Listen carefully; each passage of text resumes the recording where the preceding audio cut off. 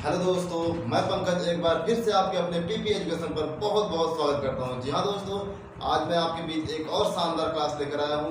जैसा कि आप लोग देख पा रहे हैं, आज मैं आपके बीच साइंस में सेल यानी कोशिका को लेकर आया हूं। जी हाँ दोस्तों, आज मैं आपको पूरा कोशिका के बारे में बताने वाला हूँ। बस ध्यान से आपको इस वीडियो पर लास्ट तक बने रहना, तभी आपको कोशिका के बारे में एक एक चीज़ें बड़े अच्छे से समझ में आने वाला है। ठीक है, तो चलिए वीडियो को शुरू करते हैं। दोस्तों, जैसा कि मैंने आपको बताया था शुरू में ही कि इस चैनल पे आपको हर एक सब्जेक्ट से रिलेटेड वीडियो आएंगे, क्लास आएंगे, चाहे आपके मैथ्स हो, रीजनिंग हो, हिंदी हो, जीके जीएस हो, साइंस हो, सबसे आएंगे। ठीक है, तो उसके लिए आप तैयार रहिएगा। आपको रोज डेली आपको 6 से 7 के बीच में वीडियो जरूर मिल जाएंगे। ठीक है, चलिए देखिए, आज जैसे हमने बताया, आज मैं आपको कोशिका के बारे में बताने वाला हूँ। ठीक है, देखिए, अगर हम बात करें ये कोशिका होती क्या है, ये जीव या जीव जंतु जो होते हैं, वनस्पतियां होती हैं, उनकी सबसे छोटी इकाई होती है। जिस प्रकार से अगर हम बात करें कि कोई तत्व की सबसे छोटी इकाई क्या होती है, परमाणु होती है ना। तो अब उस तत्व की सबसे छोटी इकाई क्या हुई, परमाणु हुई। उसी प्रकार से किसी जीव जंतु या वनस्पति की सबसे छोटी यूनिट यानी इकाई वो होती है कोशिका यानी सेल।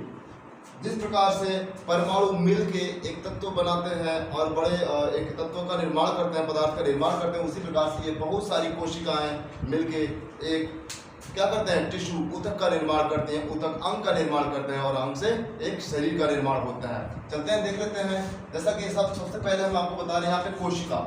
जी हाँ, सेल। देखो, पहले सेल के बारे में जान लेते हैं। सेल क्या, देखिए, सेल इसको हम अंग्रेजी में कहते हैं, क्या कहते हैं, अंग्रेजी में इसे हम सेल कहते हैं। वही बात करें, हम पढ़ रहे हैं साइंस, तो साइंस में इसे कहते हैं साइटो। क्या कहते हैं, साइटो कहते हैं। Yes, okay. अब देखिए, अब हम साइटो का यानी सेल का अध्ययन करेंगे, किसमें, विज्ञान में। तो अध्ययन करेंगे तो इसको हम क्या बोलेंगे, अध्ययन को हम अगर कहेंगे कोशिका के अध्ययन को क्या कहते हैं, कोशिका के अध्ययन कहते हैं साइटोलॉजी। समझ में आया। अब वही नीचे की बात करें कि कोशिका की खोज सबसे पहले कब और किसने की थी, तो बता दें हम आपको, कोशिका की खोज सबसे पहले रॉबर्ट हुक ने की थी। किसने की थी, रॉबर्ट हुक ने। देखिए, रॉबर्ट हुक ने सबसे पहले एक ऐसी किसमें खोज की थी, मरी हुई कोशिका खोज की थी। किसमें, मरी हुई कोशिका। ठीक है ना, मरी हुई कोशिका में इन्होंने मरी हुई जीव में इन्होंने क्या की थी, कोशिका की खोज की थी। तो रॉबर्ट हुक ने तो खोज की थी, लेकिन कैसी कोशिका खोजी थी, मरे हुई जीव में कोशिका खोजी थी। लेकिन देखिए, आगे चल के यही जीवित कोशिका में अगर देखा जाए तो जीवित कोशिका में सेल की खोज किसने की, एंटोनी वान ल्यूवेनहॉक ने। तो अगर बात करें आपसे मरी हुई कोशिका खोज किसने की, तो आप बताइएगा रॉबर्ट हुक ने। और यही जीवित कोशिका की खोज की तो किसने की थी, तो आपको बताना है एंटोनी वान ल्यूवेनहॉक। यस, अब देखते हैं आगे। अब इस किसने बताया कि ये पूरा शरीर यानी पूरी जीव जंतु जो है, पूरा बॉडी जो है, ये पूरा कोशिका से बना है। तो ये बताया था स्लाइडेन और श्वान ने। इन्होंने कहा था, इन्होंने सिद्धांत दिया था, कोशिका का सिद्धांत। ठीक है, तो इन्होंने बताया था कि पूरी बॉडी जो है ये किससे बनी है, कोशिका की बनी है। किसने बताया, ये स्लाइडेन और श्वान ने बताया। ठीक है, आगे देखिए, दिखाया, अगर हम आपको बात करें तो इस पूरे पृथ्वी पे सबसे बड़ी कोशिका किसकी है, या फिर सबसे बड़ी कोशिका क्या है, तो वो है शुतुरमुर्ग का अंडा। तो शुतुरमुर्ग का अंडा जो होता है सबसे बड़ी कोशिका होती है। ठीक है ना, क्या होती है, सबसे बड़ी कोशिका होती है। यस, वही बात करें सबसे छोटी कोशिका की, तो सबसे छोटी कोशिका क्या है, माइकोप्लाज्मा। ठीक है ना, किसकी है, माइकोप्लाज्मा। तो आपको कुछ समझ में आया। मैंने आपको सबसे पहले वनस्पति के बारे में बताया। तो वनस्पति में अगर हम बात करें, इसके नाम को कहते हैं साइटो और अध्ययन कहते हैं साइटोलॉजी। इसकी खोज किसने की, रॉबर्ट हुक ने की। ठीक ना, किसने की खोज, मरी हुई कोशिका में खोज की। ठीक है, और वही बात करें इसकी जीवित कोशिका खोज किसने की, तो एंटोनी वान ल्यूवेनहॉक ने की। और यही बात इसका सिद्धांत किसने दिया, तो सिद्धांत दिया था स्लाइडेन और श्वान ने दिया था। समझ में आया। नीचे हमने लिखा है सबसे बड़ी कोशिका अपने संसार की, मतलब सबसे बड़ी कोशिका है शुतुरमुर्ग का अंडा, और सबसे छोटी कोशिका है माइकोप्लाज्मा। ये तो वनस्पति की बात हुई, लेकिन अब बात करते हैं मानव शरीर यानी जीव जंतु के अंदर। ठीक है, देखिए, जीव जंतु के अंदर सबसे छोटी कोशिका जो होती है, सबसे छोटा कोशिका होता है, ये होता है स्पर्म होता है। ये जो नर होते हैं, मनुष्य होते हैं, उनके अंदर होता है ये स्पर्म, वो होती है सबसे छोटी कोशिका। मतलब मनुष्य के अंदर सबसे छोटी कोशिका कहते हैं इसे स्पर्म को, यानी शुक्राणु कहते हैं, ठीक है। और यही सबसे बड़ी कोशिका क्या है, ये होता है, ये मादा यानी महिला में होता है ओवम, जिन्हें हम कहते हैं अंडाणु, ठीक है। और यही बात करें सबसे लंबी कोशिका की, तो आपको पता होगा सबसे लंबी कोशिका क्या होती है, न्यूरॉन होती है, जो ब्रेन में होती है। क्या होती है, न्यूरॉन। सबसे लंबी कोशिका ये है तंत्रिका तंत्र की, ठीक है।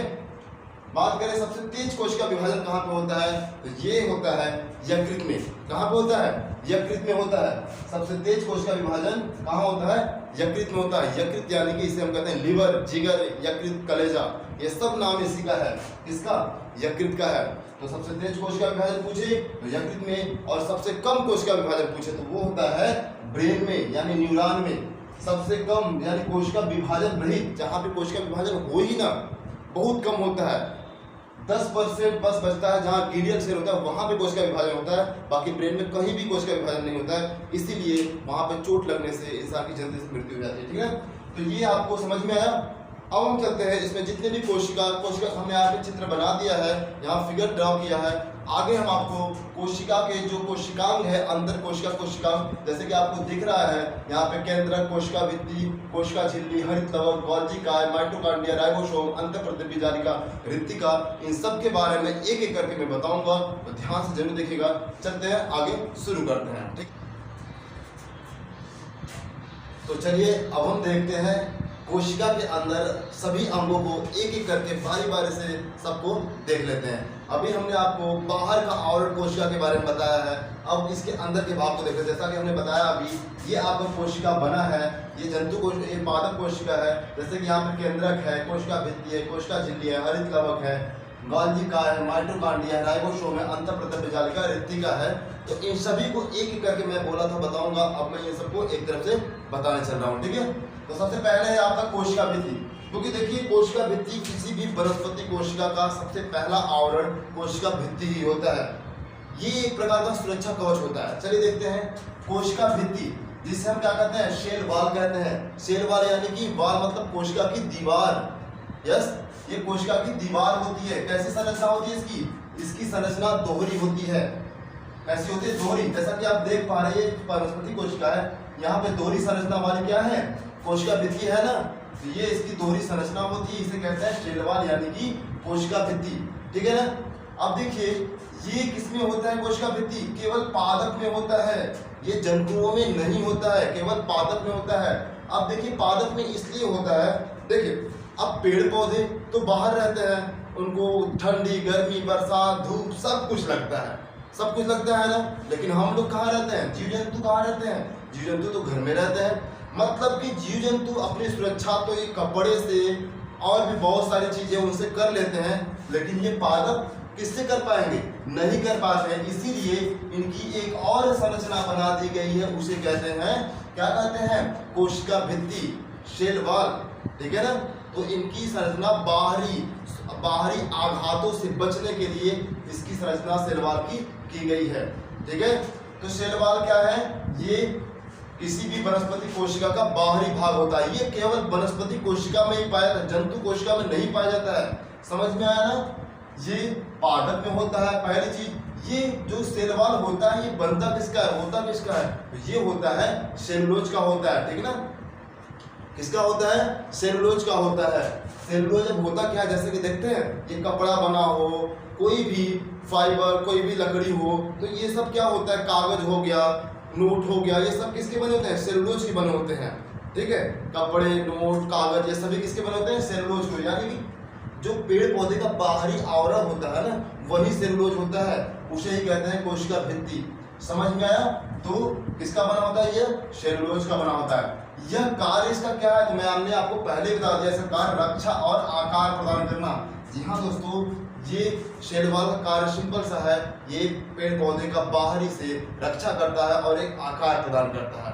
समझ में आया सेल वॉल। जैसा कि मैंने यहाँ पे इसका फिगर ड्रॉ किया है, आप देख सकते हैं, ये है इसका फिगर, ठीक है ना। किसका फिगर है, सेल वॉल का है, ठीक है। ये आपको दिखाई दे रहा है, ठीक है ना। ये बाहरी आवरण, जैसा मैंने यहाँ पे बताया है ना, यही है आपका सेल वॉल, अब हम देखते हैं सेल वॉल की तो अपने आपको पता चल गया। अब हम देखते हैं कोशिका झिल्ली की। देखिए कोशिका झिल्ली यह जंतु और पादप दोनों में पाया जाता है। क्या चीज? जंतु और पादप दोनों में पाया जाता है। यह अंदर का आवरण होता है किसी भी वनस्पति या जंतु का। यह जो कोशिका झिल्ली होती है जिसे हम कहते हैं सेल मेम्ब्रेन, क्या कहते हैं इसे? सेल मेम्ब्रेन कहते हैं। यह अंदर का आवरण होता है, ठीक है।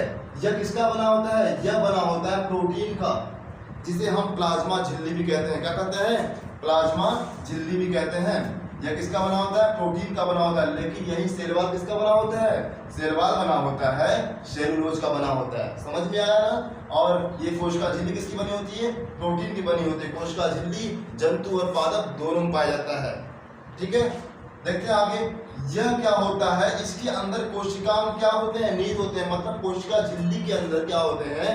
कोशिकाओं होते हैं। देखो ये अंदर का भाग क्या है हमारा?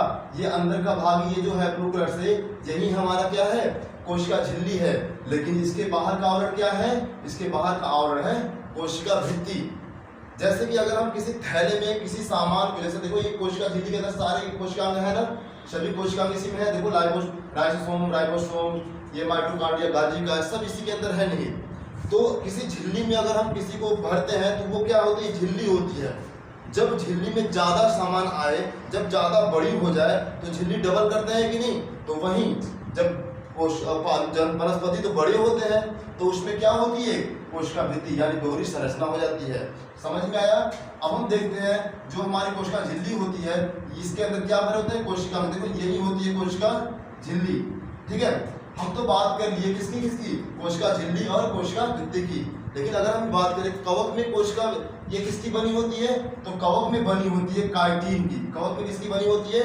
काइटिन की। और जीवाणु में किसकी बनी होती है? जीवाणु में होती है पेप्टिनोग्लाइकेन की। जीवाणु में पेप्टिनोग्लाइकेन और कवक में काइटिन की बनी होती है, ठीक है। तो ये समझ में आया कोशिका भित्ति और कोशिका झिल्ली। चलिए आगे देखते हैं। तीसरा आपका है माइटोकॉन्ड्रिया। देखो माइटोकॉन्ड्रिया बहुत ही ज्यादा इसका इंपॉर्टेंट रोल है। इसे हम कहते हैं सूत्रकणिका। कभी इसका नाम हिंदी में भी आया था सूत्रकणिका, तो ध्यान दीजिएगा। सूत्रकणिका इसका एक बहुत ही मेन कार्य है। यह क्या करता है? ऊर्जा बनाता है, जिससे हमें एनर्जी मिलती है, जिससे हम बोल पाते हैं, जिससे चल पाते हैं, जिससे दौड़ पाते हैं, कोई कार्य कर पाते हैं। किसकी वजह से? इस माइटोकॉन्ड्रिया की वजह से। किसकी वजह से? माइटोकॉन्ड्रिया की वजह से, ठीक है ना। अब इसकी खोज किसने की? इसकी खोज किसने की है? अल्टमैन ने। किसने की? अल्टमैन ने। देखिए ये अल्टमैन ने खोज की। इसका कार्य बड़ा इंपॉर्टेंट आ जाता है। यह कोशिका में श्वसन का कार्य करता है। कैसे श्वसन का कार्य करता है जानिए। ये क्या करता है? जब हम सांस लेते हैं तो ऑक्सीजन हमारे क्या होता है? हृदय में जाता है। हृदय से मतलब क्या होता है? ये जो ब्लड होता है, ब्लड में जो हमारा हीमोग्लोबिन होता है वो क्या करता है? ऑक्सीजन को एब्जॉर्ब कर लेता है, ले लेता है। और वो लेने के बाद शरीर के हर एक कोशिका के पास क्या करता है? ये पहुंचाता है। जब कोशिका के पास ये क्या करता है? हीमोग्लोबिन पहुंचाता है ऑक्सीजन को, तो वहां से कोशिका में से ये जो माइटोकॉन्ड्रिया होता है ना, ये माइटोकॉन्ड्रिया उसको पकड़ लेता है। किसको? ऑक्सीजन को। अब पकड़ने के बाद क्या करता है? श्वसन का, कोशिका में श्वसन का कार्य करता है। तो पूछेगा आपसे कोशिका में श्वसन का कार्य कौन करता है? तो वो करता है माइटोकॉन्ड्रिया। अब कोशिका में श्वसन का कार्य करता है, उसके दौरान वो क्या करता है? उसके दौरान वो एटीपी में ऊर्जा बनाता है। क्या करता है? एटीपी। ये एक क्रेब्स चक्र चलाता है। क्या चलाता है? क्रेब्स चक्र चलाता है। क्रेब्स चक्र के दौरान वो एटीपी में ऊर्जा का निर्माण करता है। जब ये 38 एटीपी, कितने एटीपी? 38 एटीपी हो जाता है, तब यह एक ग्लूकोज बनता है। क्या बनता है? एक ग्लूकोज। क्या होता है? एक ग्लूकोज। यानी कि तब ये ऊर्जा का निर्माण हो जाता है। तो कोई बोलेगा कोशिका में श्वसन का कार्य कौन करता है? तो वो करता है माइटोकॉन्ड्रिया। माइटोकॉन्ड्रिया को हम कहते हैं ऊर्जागृह। क्या कहते हैं? ऊर्जागृह कहते हैं। इसे हम कोशिका का पावर हाउस भी कहते हैं। कोशिका का यानी ये कोशिका का ऊर्जागृह, कोशिका का पावर हाउस भी किसे कहते हैं? माइटोकॉन्ड्रिया को, ठीक है ना। अब देखो ये माइटोकॉन्ड्रिया का फिगर बना हुआ है। ये क्या है? माइटोकॉन्ड्रिया का फिगर है। इसकी जो आंतरिक दीवार, बड़ा पूछता है कि माइटोकॉन्ड्रिया की आंतरिक दीवार किसकी बनी होती है? तो माइटोकॉन्ड्रिया की आंतरिक दीवार बनी होती है किसकी? क्रिस्टी की होती है। किसकी होती है? क्या नाम होता है उसका? क्रिस्टी होता है वो, ठीक है। फिर से एक बार जान लीजिए, कोशिका में शोषण कार्य कौन करता है? माइटोकॉन्ड्रिया करता है। इसका क्या नाम है? और एक हिंदी नाम है सूत्रकणिका। इसकी खोज किसने की? अल्टमैन ने की। यह एटीपी में ये क्या करता है? क्रेब्स चक्र चलाता है। क्रेब्स चक्र चलाने के दौरान ये एटीपी में ऊर्जा का निर्माण करता है। जब यह 38 एटीपी हो जाता है तो एक ग्लूकोज बनता है, तब हमें क्या मिलती है? ऊर्जा मिलती है, ऊर्जा बनती है। ठीक है, अब देखो ऊर्जा तो बन गई। अब हमारे पास ऊर्जा, जब हम बोल रहे हैं तो हमें पहुंचाएगा कौन ऊर्जा? दौड़ रहे हैं तो पैर के पास ऊर्जा कौन पहुंचाएगा? जब ऊर्जा मिलेगी ही नहीं तो ये बोलते हुए हम क्या करेंगे? रुक जाएंगे। ऊर्जा नहीं देगी तो हम थक जाते हैं ना। हाँ, तो देखो नेक्स्ट आपका चौथा है आपका गोल्जी बॉडी, जिसे हम कहते हैं गोल्जी ऑपरेटर। क्या कहते हैं? Golgi operator. ठीक है, गोल्जी बॉडी यानी कि गोल्जी ऑपरेटर, इसे हम कहते हैं जो कोशिका में ऊर्जा का परिवहन का कार्य करता है। पूछेगा कोशिका में ऊर्जा के परिवहन का कार्य कौन करता है? तो ऊर्जा का परिवहन कार्य कौन करता है? गोल्जी बॉडी यानी गोल्जी ऑपरेटर। ठीक है ना। देखो सिंपल सा कार्य है। कैसे? अब हम बोल रहे हैं तो ऊर्जा हमें कहाँ ज्यादा जरूरत है? हमारे मुख में, जीभ में। ठीक है, अब हम दौड़ रहे हैं तो दौड़ने में हमारे पैर को ऊर्जा चाहिए। कुछ कार्य कर रहे हैं, अगर हाथ से कर रहे हैं तो वो हाथ में चाहिए। तो जहां ऊर्जा चाहिए वहां ऊर्जा कौन ला के देता है? वो देता है गोल्जी बॉडी। गोल्जी ऑपरेटर ये क्या करता है? ऊर्जा को पहुंचाता है वहां तक आपके पास जहां पे जरूरत होती है। तो समझ में आया गोल्जी बॉडी के बारे में? इसका बहुत मेन रोल होता है। ठीक है ना। नेक्स्ट है आपका रसधानी। क्या है? रसधानी। देखो रसधानी क्या करता है? यह हमारे अंदर रसधानी क्या होता है? देखो रसधानी जो होता है ये होते हैं जिसे हम वैक्यूल्स कहते हैं। क्या कहते हैं? वैक्यूल्स। इसका बहुत अच्छा कार्य है, ये जल को भर के रखता है। क्या करता है? जल को रखता है। जल का क्या करता है? ये नियंत्रण केंद्र है, ये जल को एकदम भर के रखता है। जैसे अगर हम कहें कि मनुष्य जीव जंतुओं में रसधानी तो छोटी होती है लेकिन वनस्पतियों में रसधानी बड़ी होती है। क्यों? क्योंकि इनका आकार बड़ा होता है वनस्पति का और जीव जंतुओं का छोटा होता है। तो पानी किसको ज्यादा चाहिए? वनस्पति को चाहिए ना। तो इसीलिए वनस्पतियों में क्या होता है? गोल्जी बॉडी, सॉरी, ये जो होता है हमारा रसधानी बड़ा होता है, ऋतिका बड़ी होती है। और यही हमारे क्या होता है कि मनुष्य के, जीव जंतु के अंदर क्या होती है? छोटी होती है। तो देखिए जल, अगर हम बात करें ये मनुष्य के शरीर में जल कितना होता है? तो मनुष्य के शरीर में जल होता है 60 से 65% होता है जल। अब कहोगे अगर मान लीजिए कोई इसी व्यक्ति का अगर वेट अगर देखा जाए 100 kg है तो उसमें तो 60-65 किलो क्या होगा? पानी ही होगा। क्या पानी शरीर में भरा होता है, पेट में भरा होता है? ऐसा नहीं होता है। समझ रहे ना?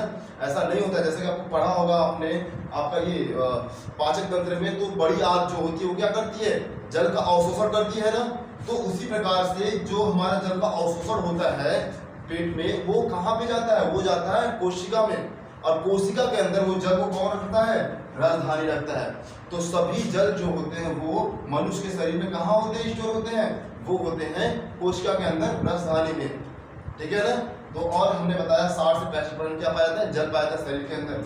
यह जल संग्रह का कार्य करता है। क्या करता है? जल संग्रह का कार्य करता है। ये जीव जंतुओं में छोटा होता है और वनस्पतियों के अंदर क्या होता है? बड़ा होता है। हमने बता दिया क्यों बड़ा होता है और क्यों छोटा होता है। समझ में आया ना। अब हम देखते हैं, देखिए ये क्या है हमारा? ये हमारी है रसधानी। ऐसा इसी ये आकार होता है रसधानी का। ठीक है, आगे देखते हैं। ये हमारा है तारककाय। क्या है? तारककाय। अब देखो तारककाय को हम कहते हैं सेंट्रोसोम। तारककाय क्या कहते हैं? सेंट्रोसोम। इसकी खोज की थी बोवेरी ने। किसने की थी? बोवेरी ने खोज की थी। तारककाय का बड़ा अच्छा कार्य है, कोशिका विभाजन कार्य है। क्या कार्य है? कोशिका विभाजन, यानी कोशिका का टूट जाना। इसका मतलब ये नहीं कोशिका टूट गई तो खत्म हो गई, नहीं।